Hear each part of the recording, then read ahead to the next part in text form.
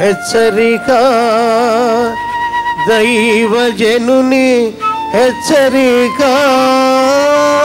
నిజమైన ప్రేమ సహనము, సహిస్తుంది. రెండోది దయ చూపిస్తుంది.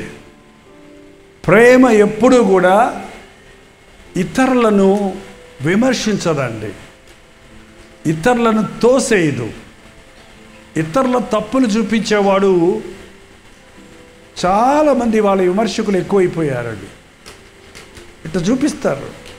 ఇట్లా చూపిస్తున్నప్పుడు వాడు వీడు ఆడు అంటున్నప్పుడు 3 ఏళ్ళు ఎక్కడ చూపిస్తున్నాయి? మరి నువ్వా మరి నువ్వా మరి నువ్వా అని చెప్తున్నాయి. ఇంకోటేమో పైన దేవుడు చూస్తున్నాడు, జాగ్రత్త. ఏమంటుంది? పైన దేవుడికి తెలుసు నీ సంగతి ఏంటో, చెప్పుదరే కానీ చెయ్యరు. కొంతమంది వాళ్ళు చేస్తుంటారు, ఇతరులు మాత్రం చేయకూడదు అంటారు. ఒక ఆయన వాళ్ళ అబ్బాయిని తీసుకొచ్చాడు. పాస్టర్ గారు వీడు చూడండి, కాస్తంత ఇంకా 15 సంవత్సరాలు కూడా రాలేదు, వీడు సిగరెట్లకు అలవాటు పడిపోయాడు, ఎవరు చెప్పినా ఇంట్లో లేదు, పాడు చేసుకోకరా బతుకంటే, కొంచెం బుద్ధి చెప్పండి పాస్టర్ గారు, ప్రార్థన చేయండి పాస్టర్ గారు అన్నాడు. ఆయన తెల్ల చొక్కా వేసుకున్నాడు, చేబులో సిగరెట్ పెట్టి ఉంది. మరి మీరేంటండి అన్న? అదేనండి నా బతికేలా తగలడిపోయింది, నేను మానలేకపోతున్నాను, వీడెన్నో బాగుపడతాడని చెప్తుంటే వింటం లేదు. ఎట్టంటాడు? నువ్వు మానితే కదా, నువ్వు చేస్తూనే వాడు చేసే తప్పు అంటున్నావు. ఆ తిట్లేదు, నిన్ను తిట్టుకో, పాడు చేసుకుంటారు దరిద్రుడా, చీరటి పడే దరిద్రుడా, నీ కొడుకులను పాడు చేసుకోకు, నీ బిడ్డలు పాడు చేసుకో చెప్పుకోవచ్చు కదా. ఏంటండి? చాలామంది ఈ రోజున పెద్దలు పిల్లలు పోగొట్టుకుంటున్నారు. మనం చాలామంది మా కాలంలో ఇవన్నీ లేవమ్మా. అవును, మీ కాలంలో లేవు, మరి ఈ కాలంలో ఉన్నాయి కదా. మనం ఎంతసేపు మన కాలంలో ఉన్నట్టుగా మన పిల్లలు ఉండాలంటే ఉంటారా? ఉండరు. నువ్వు ఒకవేళ నీ కాలంలో నీకు సెల్ ఫోన్ ఉంటే నువ్వేం చేసేదానివి? నువ్వు అట్టగా చేసేదానివి.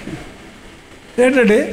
నువ్వు యవ్వన కాలంలో ఉన్నప్పుడు మీ నాన్నని అట్ట ఏడిపించావో గుర్తుపెట్టుకుంటే నీ కుమారుని నువ్వు సరిగ్గా గద్దిస్తావు, ప్రేమ కలిగి గద్దిస్తావు, దయ చూపి. అవునరా, నేను కూడా అలాగే ఉన్నానురా, కానీ అది నన్ను పాడు చేసిందిరా, నువ్వు పాడవకరా, దేవుడిని మరి ప్రార్థన చేద్దాంరా అని చెప్పండి. మారకపోతే నన్ను వచ్చి అడగండి, మారుతారు. దయ చూపించాడు. కత్తి చూపిస్తే ఆడరు, కర్ర చూపిస్తే బాండ్రో, కొడతాడ్రో అన్నావంటే మొండిగెత్తుతారు వాళ్ళు. దయతో చెప్పండి, ప్రేమతో చెప్పండి. భార్యాభర్తల విషయంలో కూడా అంతే. చాలామంది మన భారతదేశంలో పెళ్ళైన కొత్త పెళ్లి కూతురు పిల్లి పిల్లలాగా ఉంటుందటండి. ఎలాగండి? కొత్తగా పెళ్లి కూతురు వచ్చినప్పుడు ఆ ఇంట్లో, కొత్త ఇంట్లో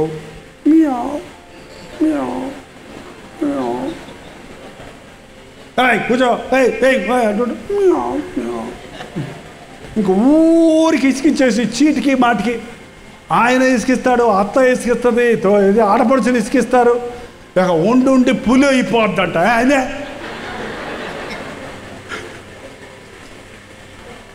ఇక వీళ్ళు అవ్వాలి పిల్లులు. మన చేతులార మన కుటుంబాలను నాశనం చేసుకుంటున్నాం. ప్రేమతో చెప్పితే పులైన పిల్ల అవుద్దండి. గర్వంతో నువ్వు రోషంతో చెప్పితే, చిర్రెక్కిస్తే పిల్లైనా పుల్ల తయారవుద్ది. యేసు ప్రభు పులులను తయారు చేయడానికి రాలేదా, ఆయన గొర్రెలను సిద్ధపరచడానికి వచ్చాడు. గొర్రె చూడండి, ఎప్పుడు నడుస్తుంటే దాని చెవులు ఇట్లా, ఓకే సార్ నిన్ను బలి ఇవ్వడానికి తీసుకెళ్తున్నాం సార్, నిన్ను గడ్డి వేయడానికి తీసుకెళ్తున్నాం సార్. నువ్వు ఎక్కడ తీసుకెళ్తావు? అక్కడికి వస్తాను కాపరి. నిజరా? గొర్రెల కాపరి మృదువుగా ప్రవర్తిస్తాడు. మన యేసు ప్రభు మృదువుగా ప్రవర్తించాడు, దయ చూపించాడు. పాపులను ఆయన దగ్గర తీసుకొచ్చినప్పుడు ఆయన విమర్శించలేదు. ఇదిగో వ్యభిచారబంతు పట్టబడింది స్త్రీ, నీచురాలు, కుటుంబాలు కూలగొట్టేది, దరిద్రురాలు, తిట్టుకుంటూ ఈడ్చుకుంటూ తీసుకొచ్చి ప్రభు ముందు పడేశారండి. ఏం చెప్పాడండి ప్రభు? మీలో పాపం లేనివాడు, అందరు రాళ్ళు పడేసి వెళ్ళిపోయాడు. ఎవడు పాపం లేనాడు? ఎవడన్నాడు? నువ్వు ఒక తప్పు చేయలేదేమో కానీ ఇంకో తప్పు చేసి ఉంటావు. అప్పుడేమన్నాడు ప్రభు? చెడ్డాలు బదానా పో అన్నాడా? లేదమ్మా. అమ్మా అనగానే ఆమె గుండె కరిగిపోయిందండి. ఒక వేశ్యకి వ్యభిచారికి పిల్లలు ఉన్నా కూడా వాళ్ళ అమ్మ అనరు, ఛీ నీ లాంటి కడుపును పుట్టామని తిడతనే ఉంటారు. తిట్లే వినేది పాపం ఆమె. ఏ పరిస్థితుల్లో అలాంటి దిగజారిపోయిందో ఆమె తెలియదు మనకి. కానీ ప్రభువుకి అన్నీ తెలుసు. అమ్మ, ఎవరు నీకు శిక్ష విధించలేదా? నేను కూడా నీకు శిక్ష విధించను. నీ వెళ్ళికను ఇంకా పాపము చేయకు, అయిపోయిందని వదిలే. ఈ రోజు నుంచి నీవు కొత్త జీవితము యేసయ్య దగ్గర అదే మాట అండి. నువ్వు పాత జీవితంలో ఎన్ని తప్పులు చేశావో, నిన్నటి వరకు నీవు ఎంత హీనంగా ఉన్నావో, అవన్నీ తిరిగి నిన్ను దెప్పి నిన్ను తిట్టి పంపేవాడు కాదు ఆయన. అవన్నిటిని మర్చిపో, వదిలిపెట్టేయి.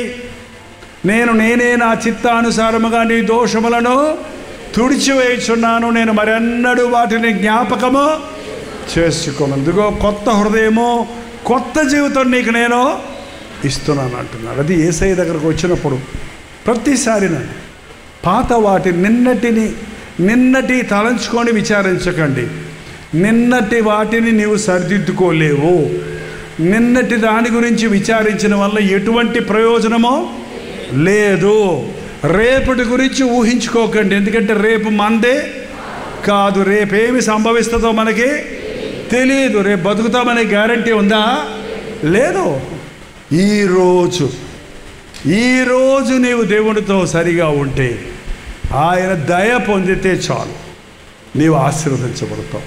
క్రీస్తు ప్రేమ దయగలిగింది. మనం కూడా మన చుట్టూ ఉన్న వారి పట్ల దయను చూపించాలి. ప్రార్థన. పరిశుద్ధుడా, ప్రేమగల తండ్రి, ఒక్కసారి నీ బిడ్డలను చూడయ్యా.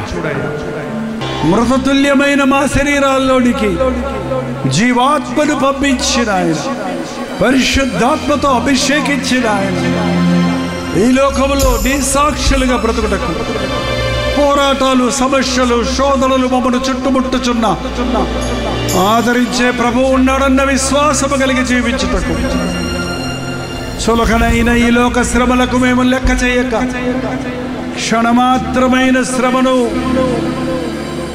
శ్రమకు మేము కృంగిపోక, శాశ్వతమైన ఆనందమును సిద్ధపరిచిన నీ యందు విశ్వాసం ఉంచుటకు సహాయం చేయము. ప్రతి కుటుంబాన్ని దీవించు నాయన. ఎదుగుతున్న మా బిడ్డల మీద నీ కృపను చేయ. యవ్వనస్తుల లోకంలో పాపంలో ఉచ్చుల్లో పడిపోకముందే, ఈ వ్యభిచార తరములో నాశనానికి పోకముందే నీ ప్రేమ వారిని రాత్రి పట్టుకొని మయ్యా. భార్యాభర్తలుగా కుటుంబాల్లో ఐక్యతను, ప్రేమను దయచేయము. మా బిడ్డలను పెంచుటకు మాకు నేర్పించుము నాయన.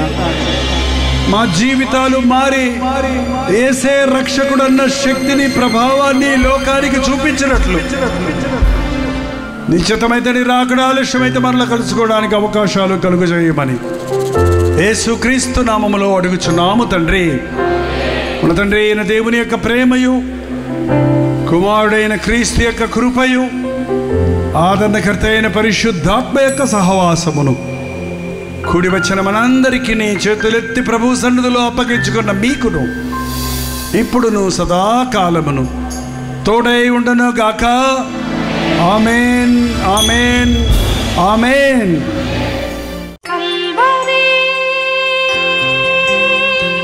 ప్రతిధ్వని